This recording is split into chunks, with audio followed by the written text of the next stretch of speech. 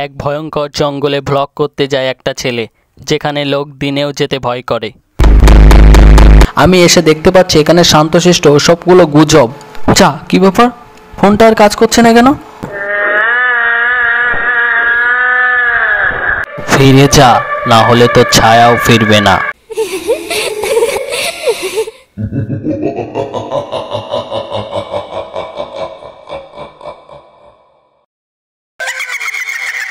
কে কে ওখানে? সামনে এসো।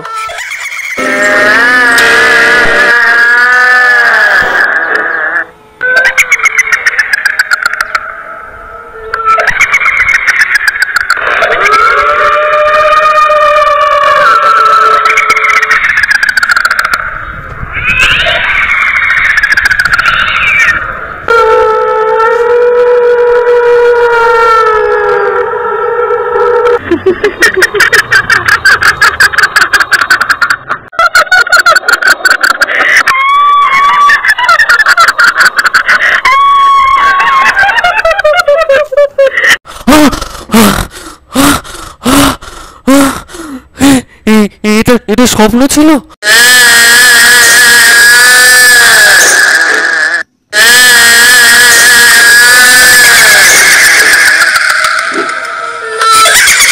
ভয় পেও না শাহালম, আমার সাথে রাজবাড়িতে চলো। কেন রাজবাড়িতে কেন? সেটা গেলেই বুঝতে পারবে। এই দেখো, এই রাজবাড়ি। আমি হলাম রাজার ছেলে। আমি তোমাকে কেন এখানে এনেছি জানো? কারণ আমি চাই অন্তত কেউ একজন তো আমার দুঃখের কথা জানুক।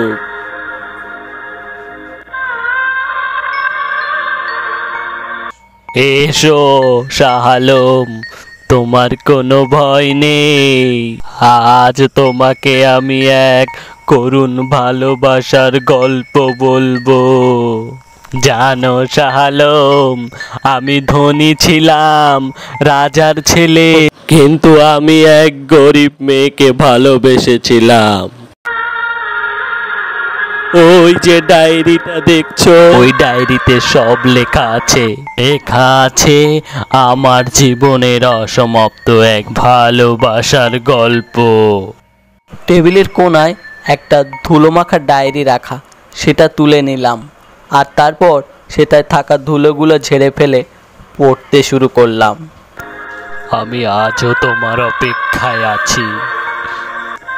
জানো রীতি, তোমাকে আমার বাড়ি থেকে মেনে নেয়নি, আমার বাড়ি থেকে বাইরে বেরোতে দেয়নি।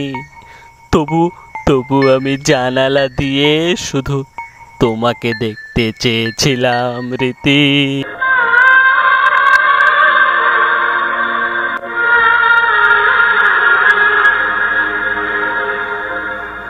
তুমি সবাইকে বলে দেবে এই ডায়েরির কথা, আমার গোপন বিরহ ব্যথা সকলকে বলে দেবে।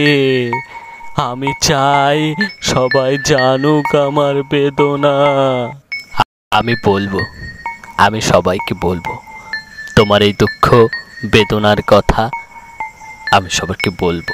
মুহূর্তের মধ্যে আমি তাকে উধাও হয়ে যেতে দেখলাম, আর সেই প্রশস্ত অট্টালিকা থেকে একটা কবিতা ভেসে এলো। তুমি চেননি হে প্রভাবতী, প্রভাতের পরে আমি তোমারই।